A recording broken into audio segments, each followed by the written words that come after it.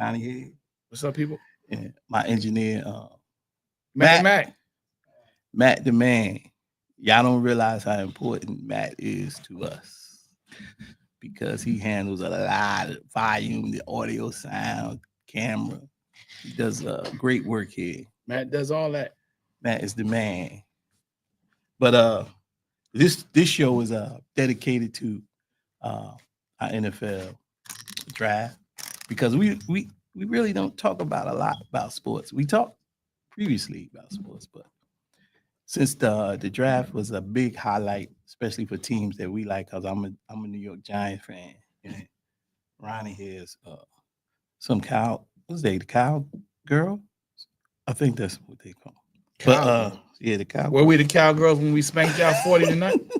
Yep, still girls. We were the cowgirls when we came back and did it again. Still girls. How many times we beat the Giants in a row? How many times was it? It's a lot, but yeah, that's all right. And we still the cowgirl. We're gonna continue to be the cowgirls until y'all get our names right. All right, sissies. But anyway, that's an inside joke for y'all us. People, that's just an inside joke. Hold on. How many Super Bowls y'all got? Well, we got 4. You got 4 Super Bowls? Yeah. You still behind us, all right? That's all right. All right. We catch you because y'all don't look too good even this year. But I think we're gonna surprise a lot of people this year. Yeah, I think so too. Surprises, y'all gonna be like last year. But anyway, weren't we better than y'all last year too? Yeah. Okay. But let's talk about audacity. Only thing I want to talk about right now, just to pay homage to the Pope Francis. Pope Francis, yes, who passed away on. He died on April 21st, 2025. Mm-hmm. He was a man of God, I would say, Catholic. You know, the Catholic religion. I'd just like to say he was a man of everyone. You know what I'm saying? I don't know what race, creed, color. He preached the same way. You know what I mean? Preached the love of God and how we should treat each other. I give great homage to that because that's in the Word. So just a shout out to the Pope. He's being buried today outside the Vatican. Mm-hmm. He's getting buried today. So and he had millions of people just to come view his body. He's still popular. Pay respects to the man. So I'm just eager to see who the next Pope is going to be, and hopefully he's just got that same mentality as far as loving on us all, loving on all people, all race, creeds, and colors. So that's it to the Pope Francis. We miss you, we love you, and we hope you have eternal peace. Any words? No. Well, I'll be dog. No, the Pope did what the Pope did. And he led how he led. And hopefully the next Pope will be better, if not as good. One thing that the Pope has to do. I thought you had nothing to say. About that Pope. Okay, good. One thing that the Pope has to do, because this Pope can't do anything. He's gone. Yeah, he's gone. Right? Yeah. And may the Lord rest his soul. Amen. But moving forward, one thing that the Pope has to do is the Pope has to be definitive on his stances. You have to be definitive on your stances. You can't issue an edict and then remove it or backtrack off of it. That's not, if you do that, then you must do it with explanation. You know what I'm saying? Oh, yeah. Don't just issue the edict and then don't, stand firm on it. Mm-hmm. Instead, you turn around and you back off of it, or you turn away from it, you reverse it. Is there a particular thing you're trying to get to? Well, for a long time, the Catholic Church was against the homosexual family unit. And then this Pope, he kind of changed his position on it. Mm-hmm. So I'm thinking, I don't know if the next Pope is going to go back to the original position or if he's going to continue with the same stance that this Pope just had. Mm-hmm. I think that whatever he decides to do, he must give the people an explanation why. If he makes any changes, give the people an explanation why, and back that up with scripture. You feel me? Oh yeah. Back that up with scripture. So that's what I hope for the church in the future, because for a long time the Catholic Church was also against divorce, and then they softened their stance on that as well. So, does it say the church is an institution that is progressive or in the middle, where of transitioning, or are you saying also in the process of saying that they're progressive and they're transitioning, you're also probably saying as well that they are also, what's the word I'm looking for? In flux, fluctuating. You feel me? Because they could be going up and down and moving all about and not really stable. And one thing that we learn in the church, and I know you're taught this because I'm taught this, is that we must have stability. We must have stability. So hopefully the next Pope comes in and he establishes that stability. He has to remain firm on his convictions. And when we say stand firm, we stand firm on the position of homosexuality. Everything pertaining to scripture. Okay. Everything pertaining to scripture. All right. So if you're going to say that divorce is not welcomed in the church, then that's your position. You got to stand firm on it. Okay. So if you say the homosexual family unit is not acceptable, then you have to stand firm on it.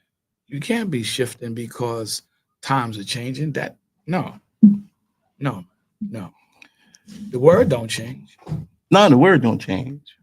It's the interpretation of it that's the problem. It's time do change though. Time does. I didn't say time don't. I said the word don't. Right. Time doesn't cause you to change your position on things if you're basing your position on the word. So what I wanna just get to is when you say stand firm on divorce, what specifically we stand for? We don't accept people who are divorced. No. What are we saying? You don't co-sign divorce. Okay. You don't advocate for divorce, right? Okay. Again, at the same time, you don't condemn people who get divorced. Yeah. Of course. Yeah. That's See, because that's what it sounds like when it comes out. But that's not what I'm saying. All right, that's what I'm trying to say. That's what I'm trying to say. That's what I'm going to get to. Because y'all know they ain't know it. Listen. I'm telling you, because people in this world could take it that way. That's way. So we got to make it clear. That's true. This is when I say that we got to make it clear to what we're understanding. Right, you're absolutely right. There's because people will take it that way, and we got to make that clear. That's the only reason why. Because I say people, Yeah, you work with some. Yeah, that's what I'm saying. I do too, and yeah, that's what I'm saying. It's common. Yeah, it's common. And for some reason in this country, it seems to be growing. That seems to be growing, where people are just misunderstanding each other. I'm telling you. That's the only concern I have. And when I say the Pope was for everybody, my thing is whether you're in sin or you ain't in sin. Right. He always showed you equality, love and equality. Yes. And he took the hit. He took the hit for that. He took the hit for that. But you can't change your position on it. No, I you still can show somebody love without changing your position. Oh yeah, that's the basis I'm trying to say right there. We can still show people love and not change the basis, because we know a lot of stuff ain't right.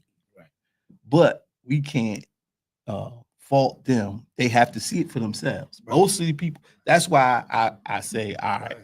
This is why I say we have to be careful with how we talk about homosexuality, divorce, theft, whatever the sin is, because the sin, we have to tell them about their sin. You know what I'm saying? And say the love of God can bring you out of that sin. That's what we gotta say. We gotta say the love of God can bring you out of that sin. This is true.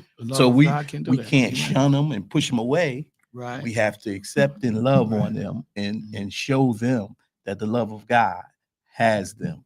That's true, brother. Hey, amen. And that's what we mean by, sticking to your guns on stuff. We still have to stick to the guns and not accept those things, but we have to show them the love of, we gotta be firm. We gotta show them the love of God.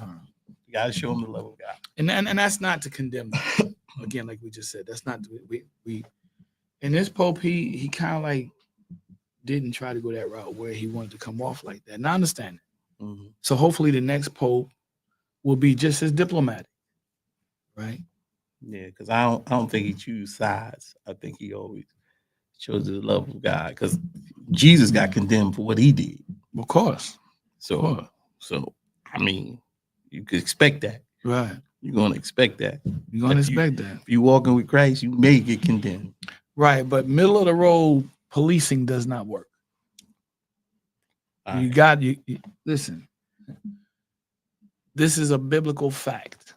Yeah, you can't be in the middle of the road. You can't be in the middle. You got to be all in for Jesus. Oh, it ain't gonna work. Somebody's gonna. If you got two parties in a dispute, they both can say something that's true, but the issue is not who's lying about each other.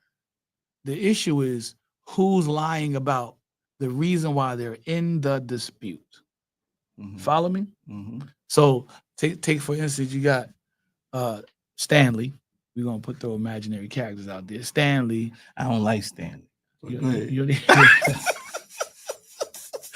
even know who Stanley is. That's true. I don't like Stanley. Stanley, and let's say you got another cat named Bartholomew. Bartholomew. I don't like him either. Yeah, Bartholomew. Stanley Bartholomew. So now let's say that Stanley, they don't roll off the tongue, broke Bartholomew's guitar. Right? Was it intentional or an accident? It was an accident. Okay, but he broke it. It's broke. Now Bartholomew wasn't a good. He wasn't a good guitar player to begin with. But he loved that little piece of guitar. He loved it. He loved it. He was crying and everything. It was priceless. It's priceless to him. Yeah. He only paid like $20. But it was priceless. Yeah, I know how that goes. Got some cheap stuff, but it got sentimental value. Yes. And so they started arguing. And this is something that's happening a lot in America today. A lot in America today. People are taking their disagreements and making them personal. They're attacking each other. Rather than dealing with the issue, they're attacking each other. So guess one of the first things that come out of Stanley's mouth? Well, you was terrible with the guitar anyway. Oh, yeah. You were a terrible guitar player. So now Stanley's accusing him of being a bad guitar player. Bartholomew now has to come back and say, well, you was this, that, and the other thing, and did it. So he's accusing him of something because the issue is not who's telling the truth about each other's character or each other's skills. The issue is the guitar being broken. Yeah. And that's where we are right now in America. This is a lot of that's going on. A lot of that. They're making it personal. They're arguing. People are using profanity. They're cursing at each other. Meanwhile, the issue at hand is not being addressed. You follow me? Yeah. As believers in Christ, our issue is not the person's nature or character or skills and abilities. It is the issue that needs to be addressed, which is the nature or the cause of the dispute. You follow me? Yeah. So if Stanley and Bartholomew had to come stand between us and give an account come stand before us and give us an account of what happened. If you were the judge and if I was the judge, we can't go by how Stanley or Bartholomew look. We can't go by how their lifestyle, how they're living. We can't go by how much money either one of them have or whatever their gender is or gender preference, whatever that is, or whatever their sexual identity is. It's the same thing, right? We can't go by, how they speak. Yeah. How they carry themselves, whether one of them slouches down, the other one's like this. We can't go by any of that. We got to go by the facts of what brought on the dispute. Yeah. Why are they in our presence? for us to hear their cause. Yeah. And that is the broken guitar Mm-hmm. and the facts pertaining to it. So the basis of that is just to solve the issue of the guitar between the two. That's it. That's it. So we're in a country now in America where everything has become ultra personal. Yeah. Everything has become ultra personal. How the Pope, you talk about the Pope took a hit for, how he took his stance, things. That is a fact. Mm-hmm. So hopefully the next Pope will be more, just as diplomatic, but more conviction on his stand. He got to be firm on where he stands. Look at what's happening in the court system. With this Garcia, right? Kilmar Abrego Garcia. The issue is not his personal life, man. That ain't the issue. But that's all certain news outlets are talking about. Oh, he's MS-13 and oh, he's a wife beater. And then when you go get the facts, all of that goes out the window. Because the fact is, he's a citizen in America. He was granted the ability and the right to stay here in America, right? And so there was a court order saying he could not be deported from America, right? And all those things right there were violated the moment that they deported him. So you can bring up his history all you want. You can bring up his gang affiliation all you want. You can bring up his marriage all you want. You can bring up his ethnicity all you want. You can bring all that up if you want to. But deal with the issue that is at the core and the heart of the dispute, which is, was he or was he not supposed to be deported? And the fact that the Trump administration admitted they were not supposed to deport him, now you have a concrete, solid case. Yep. But then, this what kills me. They don't want to go get him. They said, well, we can't do nothing. As long as he can get to an airport, we'll make sure he get back. That's what they said? Yeah. As long as he can get to the airport, we'll bring him back. I'm like, well, how you going to get out of jail? Wait a minute, time out. As long as he can get. They said as long as he can get to the airport? Yeah, as long as he gets to the airport, we'll make arrangements to get him back. I was like, what? I was like, you can't make this stuff up, bro. Can't make it You up. can't make this stuff up. Oh my goodness, bro. I didn't hear that. I never heard that. They said as long as he gets to the airport. If he can get back to the airport, we'll bring him back. I was like, you gotta be kidding me. That's why the governor of Maryland went out there. Yeah, okay. Yeah. Governor of Maryland. He said if he can get to the airport, we'll bring him back. And that's when the president from El Salvador was here. He said, well, we know we. Now, see, I didn't hear that. I didn't hear that at all. That was at that meeting when he came in El Salvador. Said, we can't do it. We can't get it.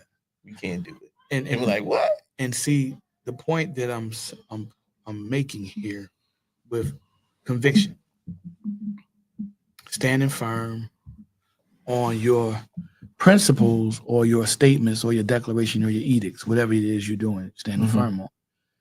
If you're going to back off of them, give the people a legitimate reason. Yeah. Give them a explanation that is something that they can actually look at, listen to, hear, and say, I understand. Yeah, that's crazy. Don't create more chaos and confusion. Yeah, but I just blame that whole administration. That's how they want. It's chaos. It's mired in chaos and confusion. Yeah. Yeah. There's nothing but chaos and confusion. And so we're still going on in this country, but we're being affected by that. There's chaos and confusion everywhere. Right? Yeah. Everybody's ultra personalizing everything. Yeah. You saw it with the draft. With Shedeur Sanders not getting drafted in the first round. Oh man, I was gonna wait a little bit, but you want to get into this now? Let's do it. We can change the segment. It's a segue. I was gonna Perfect wait segue. till at least 10 more minutes, but that's all right. We Yeah. can get into it. But yeah, according to the draft, man. I mean, the top story is like you suggested is Shedeur dropped not from first round to the second round to the third round. We now in the fifth round. He might not make it at all. And this guy, talented young brother, very talented young brother who's not getting even. He's been looked over by teams at least twice now, and other teams have picked quarterbacks and not picked him. It's crazy. Why? I mean, to me, I think it's all about. To me, me personally. That's what I'm asking. Okay, to me personally. Because I could ask America, but they can't respond to stuff on the comment. Unless they call. Yeah. But anyway. We didn't get the number. That's coming though. But yeah. Go ahead. To me personally, I think it's just too much hearsay, if I want to say that. As far as what? His on his, not even personal, it's like on his attitude towards football. His towards football? Towards the game, yeah, because it's like his attitude towards the game, period. Because they don't believe, I don't know if they believe if he can do the job. I mean, all they gotta do is look at tape. If they base this on tape and watching film on this guy, I don't see why he ain't been drafted. But now I think what comes into effect is what people saying about him. What people is talking about him, he can't do this, he can't do that. And I think a lot of organizations is starting to believe what they're hearing and not believing in what they saw on tape. Yeah. I think that's the whole thing with Shedeur Sanders. And I just hope this brother get the opportunity. And when he do, I hope he blow it out the water. To me personally. My take on it is that I feel as though, as I said, they're ultra personalizing everything. You talked about his attitude. And I think that part of that is his attitude. You can't say it's arrogance and cockiness and egotism and all that stuff. Yeah, egoism, all that stuff. A lot of players have that. Am I right? Yeah. A lot of players. I would say, I would venture out to say better than 50% of the NFL players have a confidence, overconfidence. Yeah. I would say better than 30% are extremely arrogant. Extremely arrogant. Not everybody in the NFL is humble, bro. Nope. I'm gonna tell you that right now. Not everybody's humble. And I'm not sure if that means, I mean, I think you gotta have that to a certain extent. Oh, to a certain extent. Because when they go to them dinners and everything, they got the Hall of Famers there. Yeah, they're gonna be humble. Yeah, they're gonna be humble. The guys who came before them, yeah, they're gonna be humble. But at the same time, if you want to succeed in this game, you gotta have a certain attitude to get you through, because mentality. A certain mentality, because ain't nobody gonna get up in the morning and tell you, yo, go out there and do that. They got to do that for themselves. And some of that confidence and that building up, that's what gets them up in the morning. The challenge. Yeah, the challenge is the whole thing. And there's nothing wrong with you taking it as a personal challenge to do better every day but you gotta have that's when you're talking about drive. Now you're talking about drive. Yeah. So I look at it like that. Shedeur Sanders has a strong drive. He's a little bit braggadocious. So this was a very humbling experience. But you can have a humbling experience without it being humiliating. Yeah. And this is kind of like borderline cruelty right here. Yeah, this is. Now, if you want to say, well, he got injured in one of the games, the last game of his senior season, and it was a back injury, then use that. Come out and say that. But he's been cleared, right? He's been healed from that. So what else could it be? He shows off that the pass behind the back to the wide receiver. The wide receiver caught it, and he started laughing, and he walked off. That's what I heard. Now, whether or not that's the truth, I mean, that's the stuff of legends. Now, here's how I see it. One more time about Shedeur Sanders and his football future. Okay, he's been drafted. Who drafted him? The Browns. All right, the Browns got him. Fifth round. 5th round. Browns got him. All right. Number 4. All right. 144. Good. Now, Number 4. all right. 144. Good. Now, here's what I say about him. And I put this on X. He reminds me of RG3. Mm-hmm. Remember RG3? Mm-hmm. That was a bad man. That was a bad man coming out of college, right? But he had that injury, right? Went to Washington, right? Yeah. Still took him to the playoffs with a bad injury, right? Yeah, he did. That was a bad man. He got injured again, Mm-hmm. right? So then he went to Baltimore, right? Mm-hmm. And he was never quite the same after the whole Washington Redskins at that time situation. So he decided to call it quits on the football career. I wonder what would have happened to him if he remained playing football. Mm-hmm. So here you have another great player, Randall Cunningham. Randall Cunningham was a phenomenal player. Yeah. You follow me? Yeah. So a lot of people they're looking at Shedeur. This is me. I'm not just the only one. It's quite a few people that's looking at Shedeur Sanders, and they see similarities between the two men, RG3 and Randall Cunningham. Mm-hmm. And I'm saying right now, coming out, he's going to be like RG3. He's got that potential, man. He could take a team to the playoffs, but with the proper training and the right people around him, that growth process, when that hits and kicks in, he can end up becoming just as phenomenal as Randall Cunningham was. Mm-hmm. Keep in mind, Randall Cunningham is in the Hall of Fame. Yeah. So I said, whoever drafts Shedeur Sanders, and you just said Cleveland just got him. Cleveland Browns got him. Got a good player. They got a good player. I think so. He's going to have a good career, man. I think he's going to go crazy. He's going to go bonkers. And it's going to be for me, it's going to be nice to see him challenge for that starting spot. Now, if he do get that starting spot, he should anyway. Mm-hmm. Because I'm thinking he's clearly going to be the better quarterback. When they do play the Giants, it's going to be on the pop. I don't even know. Yeah, I expect that. But I don't know. Because you guys spent all that time on him and you didn't draft.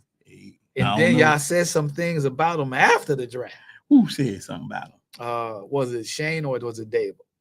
I think one of the reports that came out of Giants camp was that he didn't have a good interview with y'all. Yeah, that was told by Todd McShay. Todd McShay. He reported that. Yeah, he reported that. But who was the one that leaked that? Who was the one that he interviewed? I don't know. But my thing is they addressed that in an interview. What did they say? Dable and Shane. What did they say? He said all our interviews went the same. So he never said it was a bad interview? Nope. He never said Todd it. McShay's lying? I don't know. Yeah, he probably is. Whoever told him. He said he probably is. Either that or whoever told him. So we can't trust Todd McShay anymore. Nah, I ain't saying he can't touch whoever told him. Well, you just said the man lying. Whoever told him that information is lying. You probably is lying. Well, he passed. So who said it? Who said it? That's the question. I don't know. Was it? You think it was your? I don't think one of your owners. You think Dable went out and told Todd McShay that? I don't know. I'm not an insider on the Giants. I did. But I do know your owners. That's what I'm saying. Your owners, they do got a little Jerry Jones in them. No, they ain't got Jerry Jones. Yes, no Jerry. We ain't nothing like Jerry Jones. Nothing. Because Jerry Jones do the picking. We don't do the picking. No, they don't. Mara do not do the picking. Yeah, but he gets in front of the news every now and again, right? He gets in front of the media. Now, this came out of one of y'all old players' mouth. What's that? Emmitt Smith said. He said, for the last couple of years, they don't have a plan. Cowboys do not have a plan. Yeah, they do that. They got one now. I don't know if they got one now. He said, in order, because he looking at the draft. He's like, what's y'all draft order? Mm-hmm. What is y'all plan? He said he don't know. So for the Cowboys, y'all took a guard, right? Took an edge rusher and a cornerback. Mm-hmm. Y'all still got a lot of picks. Y'all picking in a few minutes. Y'all picking 140. See that? 140, what's the name? Yeah. Huh? Is that right there? What did it say? How much did his immaturity scare off the Giants? All of the nonsense. I'm gonna tell you like this. Now, I read Todd McShay's comment. What he said? He said, let me see. He didn't give his source, so he didn't give up his source. Nah, he ain't gonna give up his source. But all I'm saying is, he said, step forth, Todd. This what he said was Sanders. Sanders was giving some I guess some play callings or whatever, according to prior to the interview. And he said when he came into the interview, and Dable got on him about it, said, "Look, you weren't prepared."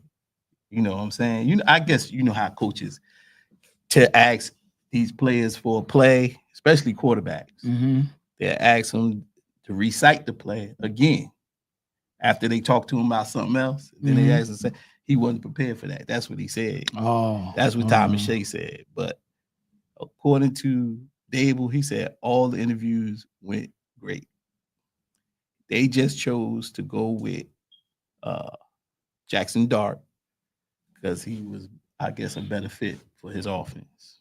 Yeah. So I don't know. Now, who's lying? I don't know. But if I'm a Giant fan, I'm going to have to believe what Dable said because he's the coach. He's the coach. He's the coach. Yeah, I don't. Ultimately, if it don't work, he won't be the coach no more. That's simple as that. As simple as that. Now, if and this would take a miracle for it to happen, because I just think Jackson Dart is just that good. I like Jackson Dart. And he reminds me of Troy Aikman. I said that early and I said that often. And I think that he's going to have one of those careers. Hopefully he doesn't get y'all to a Super Bowl. Yes, he will. Hopefully y'all, because all of the mocking that y'all did for us, the Cowboys, we want to see y'all go through what we went through so that we can say, hey, man, we were there. Right now, y'all not too far away from us. But I don't think that he's a bad quarterback. I think he's a good quarterback. And you take my hat off to your team. Y'all had a phenomenal draft. Yeah. Like nobody. I'm satisfied with the draft. I can't hate on the Giants. I really can't. Y'all had a great draft. Now, Cowboys, on the other hand, so far we disappointed, man. We didn't get a running back. You got one. We did? Yeah. Who we get? Jaden Blue from Texas. Okay, all right, that's cool. I'll take that. All right, I take that back. I'm not that disappointed now. I told you a few minutes about the pick, but that was we had Jaden Blue from we Texas. have some very good picks. We have some very good picks. But the number one thing that I'm really glad that my team did not do, bro, I mean this from the bottom of my heart. Take a wide receiver. Yes, man. If we took a wide receiver with number one pick, I'd have been. Well, why do you say that? Because we don't need a wide receiver at number 1 point with the number one pick. We don't need a wide receiver. That would not work for the Dallas Cowboys. So you don't think y'all need another? I ain't say number one. You picked this late, you ain't gonna be number one. Yeah. You're gonna be a contributor. The talk was Cowboys drafting on most mock drafts after they got past the Ashton Genty thing. And I was really hoping we would have got Ashton Genty before. It would have been over. Nah, y'all wasn't getting it. It'd have been over. CeeDee Lamb, Dak Prescott, and Ashton. Come on, man. It's a wrap. You was believing that hype when they said the Raiders didn't want Yeah, man. I put that out there on X and everything. I was like, yeah, man. The Raiders said they don't want him, man. You know what killed me about that? Raiders a bunch of liars. When he was the head coach of the Seahawks. Seahawks. Who was they running back? Yeah, they was Marshawn Lynch. That's it. Yeah. He loved to run the ball. Yeah. He loved to run the ball. Then they got Carter the third. Kevin Carter he's gonna come right ahead and change the Raiders into the old Seattle Seahawks. Yeah, he had to have a running back. But they had 3 running backs on the roster. But I'm glad they went out and they drafted. No. Not like There's no team that has an Ashton. I'm gonna say this right now, and I mean what I say. Ashton Gentry. Saquon is a bad man. Yeah, but he is not Ashton Gentry. I don't know. He is not Ashton Gentry. Ashton Gentry is a generational player. Saquon is a very good running back, but Ashton Gentry is a generational player. When you got how often do you hear that from every NFL team? All 32 teams said they would draft him in the first round. Every 32 team. All 32. And if Tennessee didn't really need a quarterback like they did, Which I was shocked that they needed a quarterback that bad. Who? Tennessee. I didn't think they needed a quarterback that bad. They need a quarterback, man. They just drafted a quarterback. Who? The dude that they had starting. What his name? Levitt. He 2 years in, and they ain't getting nowhere with him, right? Well, my thing is, was that because Tennessee, the quarterback was bad, or was that because Tennessee, the coaching was bad?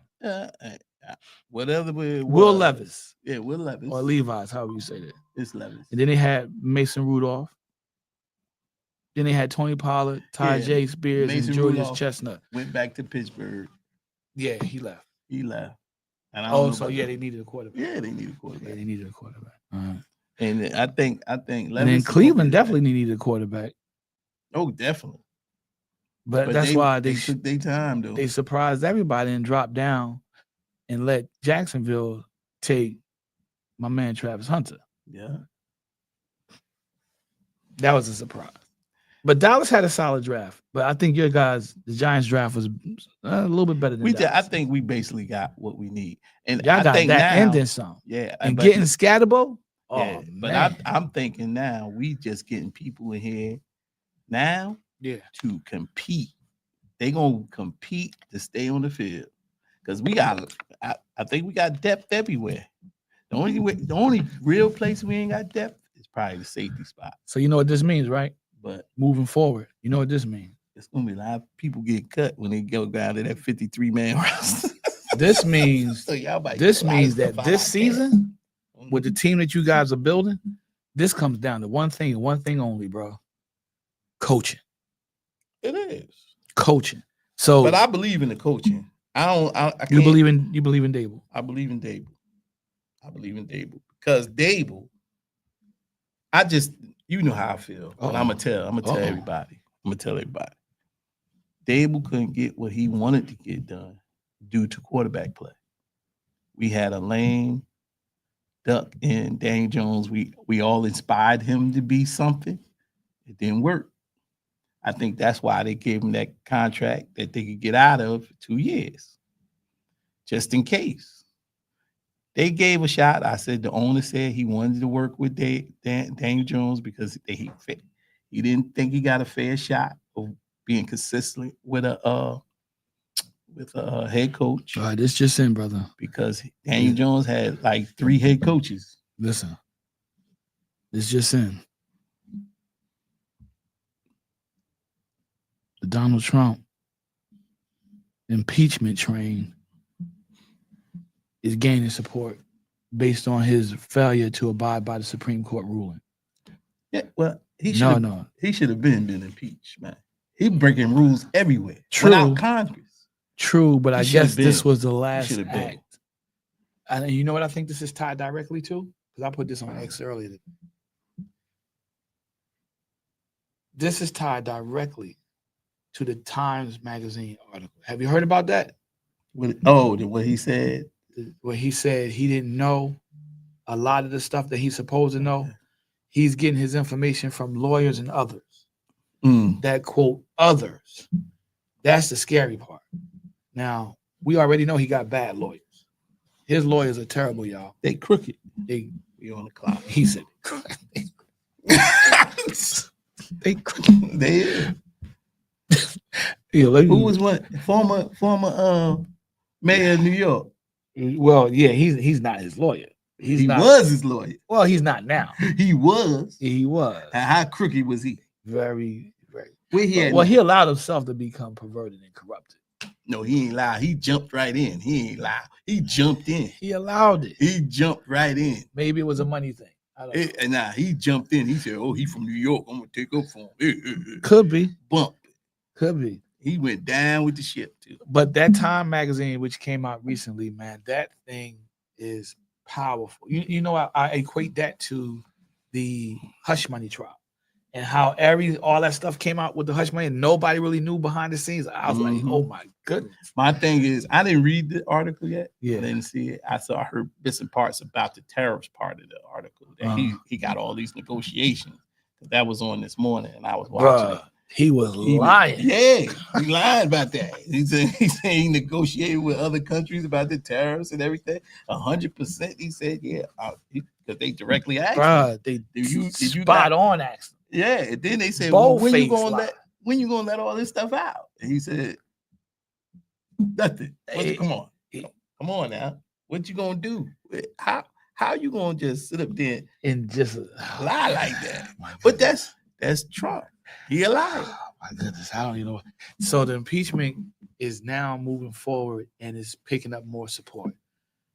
And I when I heard about the article and I saw it for myself, matter of fact, I'm gonna tell you, the first person was Ben Masalis. He's the first person that I saw put the information out there. And he actually had the guy, Eric, I think his name is Eric Matthews, who did the interview with Trump. Mm-hmm. And when I saw it, and he put the transcript up.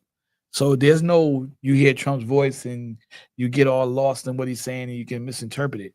You read it for yourself.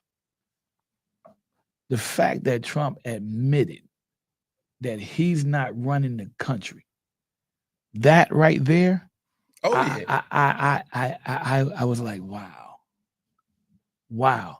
And how do you say, well, how can you come to that conclusion that he admitted he's not running the country?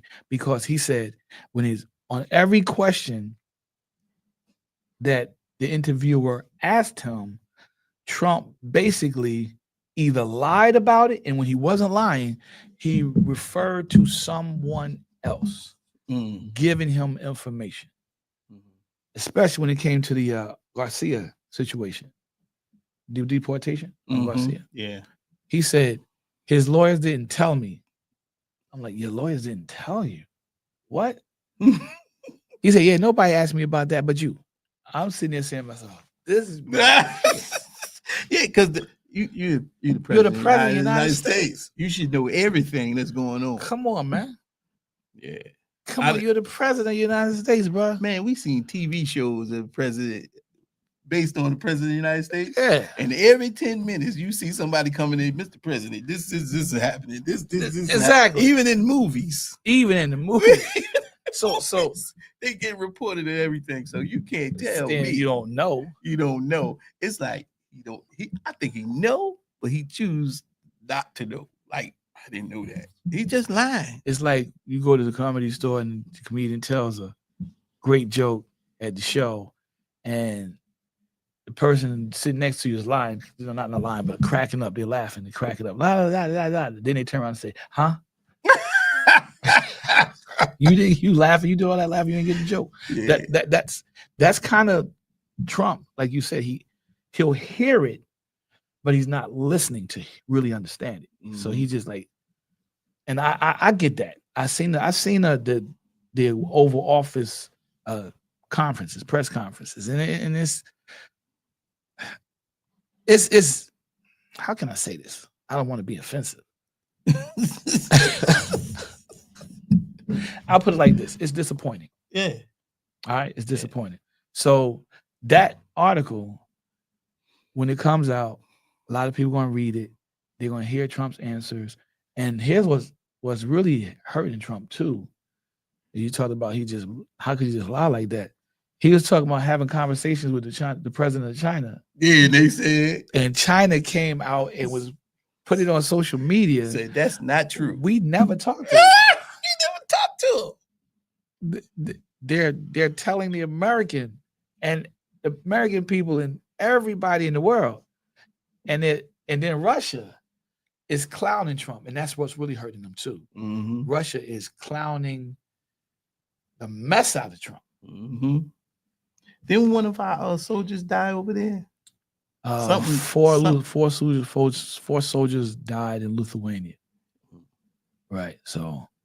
Our prayers are with their families, and that was some time ago. That was a couple of months ago, I think it was. Okay, a couple of weeks ago. Recent, yeah, a few weeks ago. Not that long ago. It wasn't that long ago. It happened this year. And he didn't know anything about that. Mm-hmm. And I'm sitting there saying to myself, "What is going on with this White House?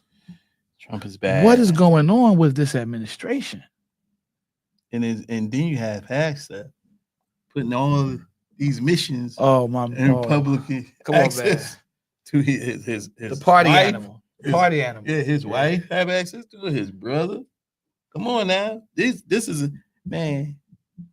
If people got hold of the information that he was putting out on this so-called, and they were able to react in real time, to offset what they were trying to do, it would have been really bad. It's just amazing me. I mean, any official, general, lieutenant governor, whatever had it, they would have been fired.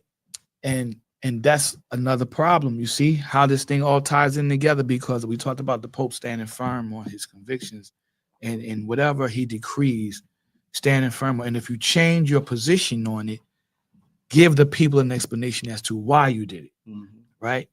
And first of all, if you're going to decree anything, make sure that is biblical at its foundation. And if you change, if you make a decree and then you change it, make sure that the change is also biblical, right? Make sure that there's a scripture you can fall back on. And Trump was saying, and he was bragging about it, the tariffs on China are not going to change. I'm going to keep them at 145. I'm going to keep them where they at. And Trump changed. He blinked. You know, my boy, he don't like to hear me say this. He don't like me to say this, but I say it all the time. So I said, yeah, he got punked. Trump got punked. Yeah, that's all it is. China did him with the 1-2 pop. Yeah. Like, look, we don't need y'all. And we can survive with everything without y'all. Yeah, and that's the thing that was cracking me up. China was like, yeah, y'all go ahead. Y'all ain't been around for 200 years. Yeah. We've been around surviving for 5,000. I was like, good Lord, Jesus. These people are killing us. They just killing us. They trolling the mess out of America. See, this is our president is hurting us. Yeah, because he's trying to be a bully. Yeah. Plain straight up bully. China said, you guys go ahead. Y'all only been here for like a couple of 100 years. Yeah. We've been here for thousands of years. Yeah. I said, y'all only gonna hurt yourself. Yeah, that's all this. And they were dropping that wisdom. Y'all only gonna hurt yourself.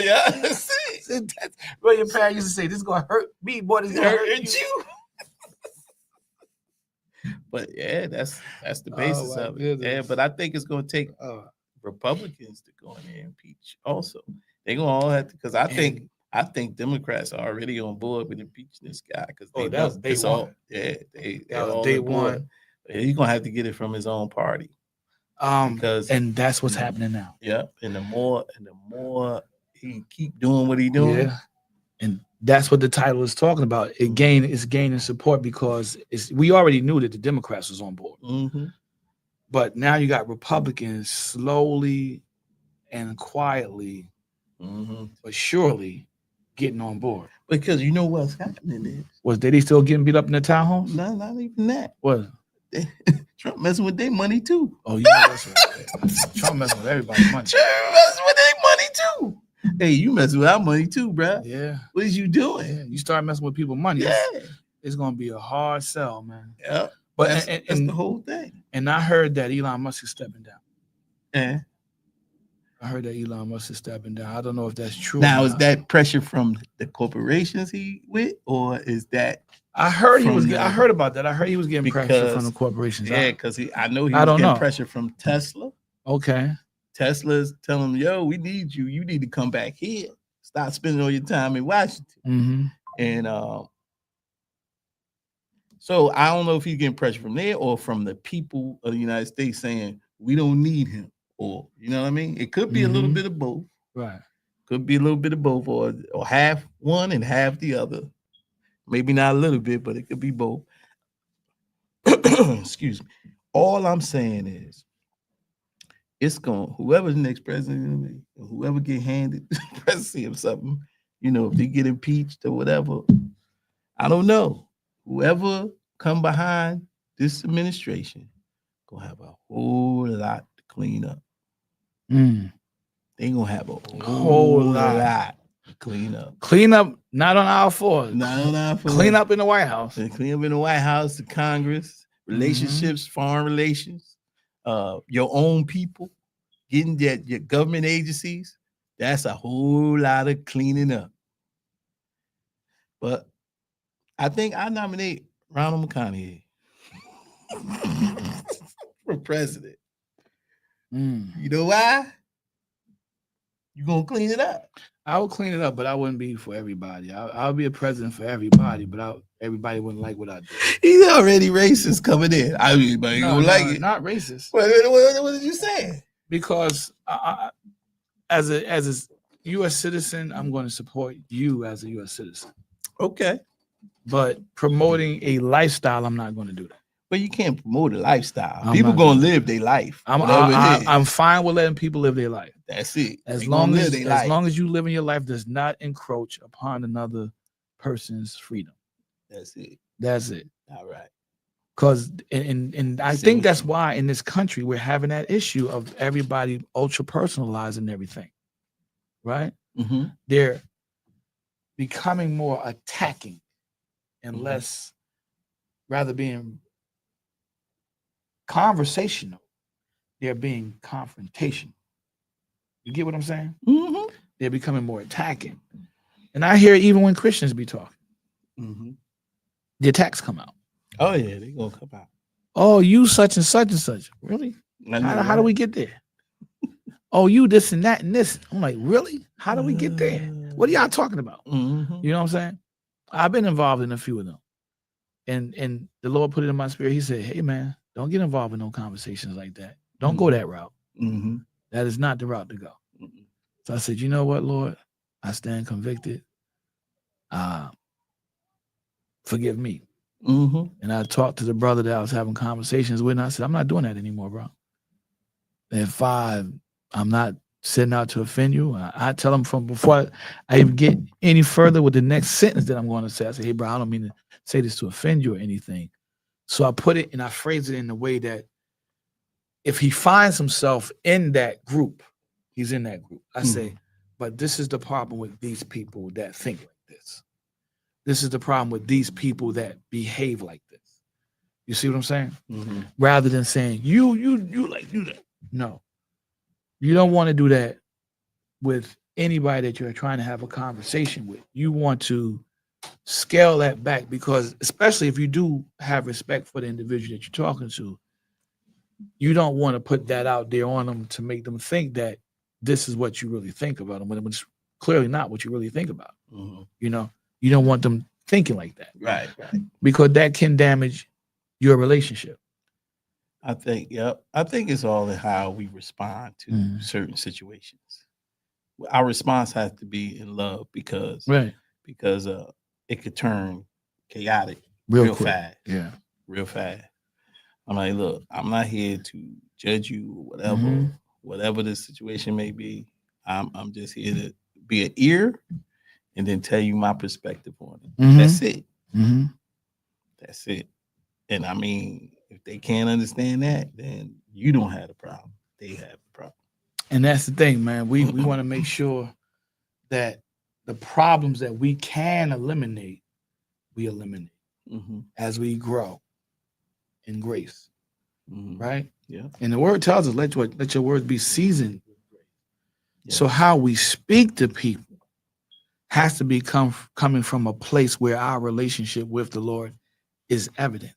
Yeah. You follow me? Mm-hmm. And that's something that this country is not, at this point in history, gravitating to. Mm-hmm. Whether you're in the church or out of the church. Yeah.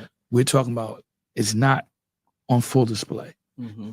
Everybody is like, not everybody, but a lot of people are becoming more attack. But I think that's, you know what? I hate the administration, this administration is co-signing all that.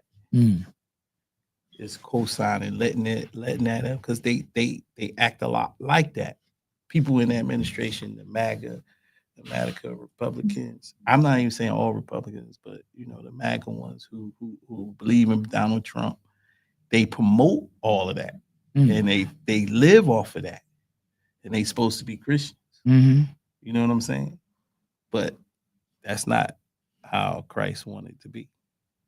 I'm sorry to tell y'all that, but I'm probably quite proud of that because I'm telling you, Christ didn't want us to live that way. I said we can't be in chaos and confrontation and get things problem solved. That's not the way. That's not God's standards. He don't even want that for us. He wants us to live in love, peace, and harmony. That's it. Mm-hmm. And we have to learn how to do that. The only way we could do that is live Christ-like. Mm-hmm. What we call living in love. Living in love. Living in love. Because I tell you, and I mean, I just think we all need to get that. I mean, and you imagine how much this world would be if we did that. Mm-hmm. Nobody really arguing or fighting, everybody getting along. Man, that would be awesome. It's a great world to live in. Yeah, it would. Yeah, and peace on earth, right? That's what we're striving for. That's what we're supposed to be moving toward. Right. And also, we're supposed to be trying to bring in with that safety that God is ensuring in His grace and His mercy. Yeah. If we all look out for each other, that grace, that mercy that God has given us, that's going to expand, right? Yeah. And then we'll be walking in that safety that comes with that grace and that mercy. There's safety. Yeah. In the grace and mercy of God. There's safety. And a lot of what we have to do in this country to repair the damage done centuries ago that's still ongoing is really up to us, those of us that's going to be the next generation. And we got to share that with the generation under us, because they're going to have to share with the generation under them, and so on and so on. It took generations to destroy what God had planned. Yeah. It's going to take generations to repair what was destroyed. And I think we can get there. I don't really want to say not in our lifetime, because with God all things are possible. But at the moment, the way it looks right now, it's going to take a lot of hard work and a lot of sacrifice. A lot of us, everybody's going to have to sacrifice on some level. And if we can all get that now, we can move forward. But you touched on it. This administration is not walking in a way that reflects what the country needs. Yeah. I agree with that. And that's the summarization. I agree with that. Because I don't think this administration realized how much that affects everything else. Yeah. It affects everything. Yeah. They're on that pedestal of leadership. The administration is on that pedestal of leadership. We can't get nowhere. If you're on that pedestal of leadership, you have to be the leader of all people, right? And you have to understand that everybody's going to look at you. And if you're in chaos and creating the chaos, that's what they're going to see. Key word. Yeah. Chaos. Yeah. Ask yourself this question, people. Why is chaos the most common word that is associated with America today?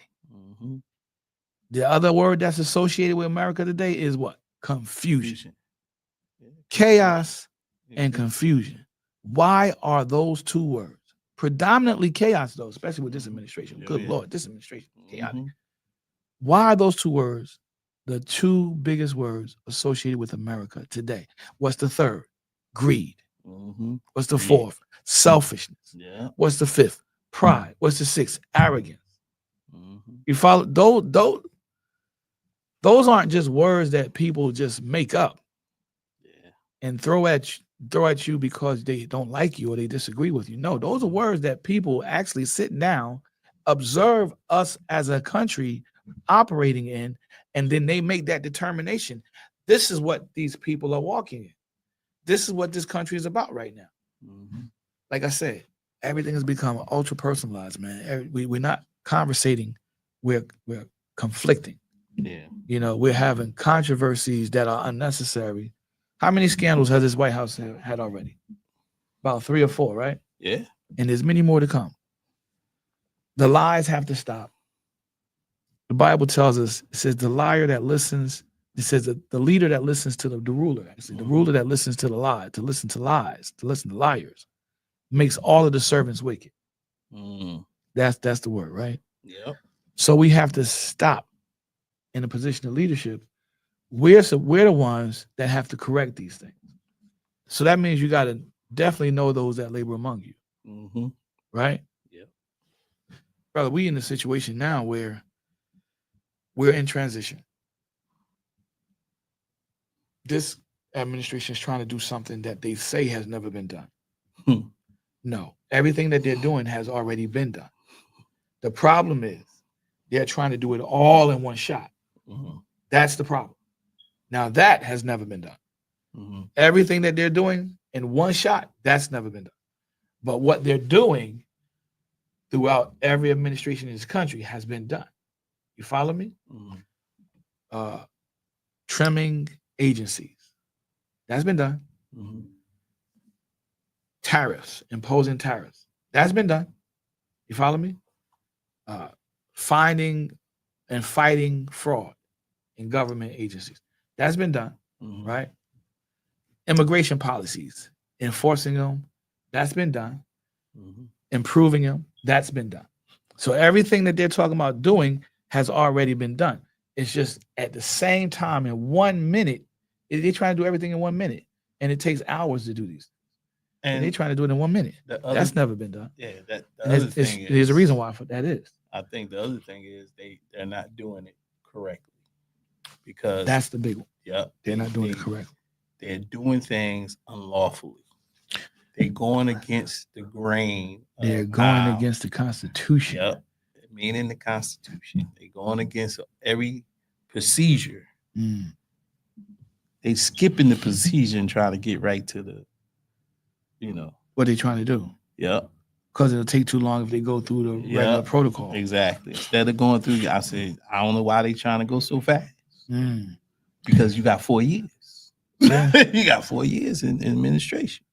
And I think that if we stay with what you're talking about there, that would have turned his negative approval into positive. Yeah. And I told this to a Trump supporter before in his first term. I said, man, all this guy got to do, because when he got in the office, he inherited a smooth running machine. Yeah. And all he really had to do was maybe tweak immigration, maybe work on that a little bit. But everything else was perfect. Leave it alone.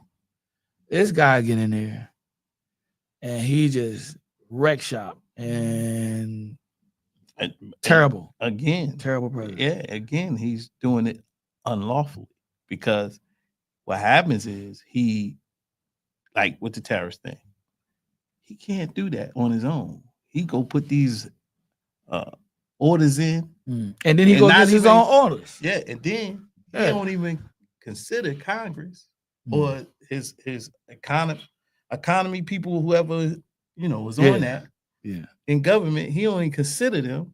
He gonna do it on his own. That's true. And according to the Constitution, you can't make no money moves without Congress okaying it. Right. Even in deportation, he can't make any moves until Congress approves it. So he was going against the protocol. He's going against the standard operating procedures. He's going against the Constitution. He's going against the rules and regulations. He's going against the law.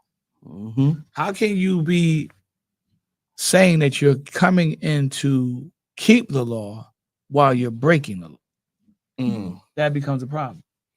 See, now that goes outside of our charge by the Lord God Almighty to walk upright before Him. Yeah. Right. We can't do that. Laws. He's breaking his own laws, but we running out of time. We done hit something we should. Hit something. We'll get back to this on the next show, but it's been an hour for us, man. And this draft is going pretty smoothly. This is the last day of the draft. So I see we picked up a offensive tackle from Purdue. It's been a good draft, man. Yeah. You guys had a great draft. And we ain't finished. I think we got. Yeah, there's more time left. Yeah, I say this is only the 5th round, so. Yeah, you still got 6 and 7. I think we only got 2 more left in the 7th. But y'all got a lot more picks. Yeah. I got a lot more. Yeah, but we didn't get some of the picks that I really want us to get. You know what I'm saying? And that's disappointing. But moving forward, if you are trying to help heal the nation, you got to ask yourself this one important question. What is God asking you to do to heal this nation? Mm-hmm. What is he asking you to do? And I will guarantee you, once you research that, one of the things that he's going to tell you to do is stop attacking people. Mm-hmm. Stop rejecting the truth. One of the reasons why people are attacking people is because they're so determined to reject the truth. Mm-hmm. So the first place we got to do any kind of obedience to the word of God is in pursuing the truth. And that is going to bring the peace. Because we're supposed to pursue peace with all men, as many as it would, right? So at the core of peace is honesty and truth. And you really can't get honesty and truth when you're walking in hate. That's it. Aha! Gotcha. That's it. So that means you got to walk in love. Got to walk in love. Man, go ahead and bring us out. All right, so that's it. That was a good answer. You gotta walk in love, not in hate. Mm-hmm. Walk in love, not in hate. We can make a song. Wrote a song about it. So if you like the content that you see there today, please subscribe. Definitely subscribe. Leave your comments. Leave your comments. Give us some suggestions. Yeah, and all that. And let me tell you something, man. We'll be right back with you next week. Yeah. So we're gonna talk about Sinners next week. Yeah, Sinners, the movie. Yeah, man. Yeah, a lot of buzz about that, man. Yeah, a lot of buzz about that. Michael B. Jordan. I can't wait to see it. Michael B. Jordan, he's a vampires. He's a native of New Jersey. No werewolves and zombies. Yeah. We don't know. We ain't see it yet. It might be something in there. You think so? Might be something in there. I don't know. No. We'll see. But anyway, join us next week. This Open Up Forum. This is Ronald McConaughey here. I'm Sean. Peace. And Matt over there, he said peace too. All right. Love y'all. Peace out. God bless.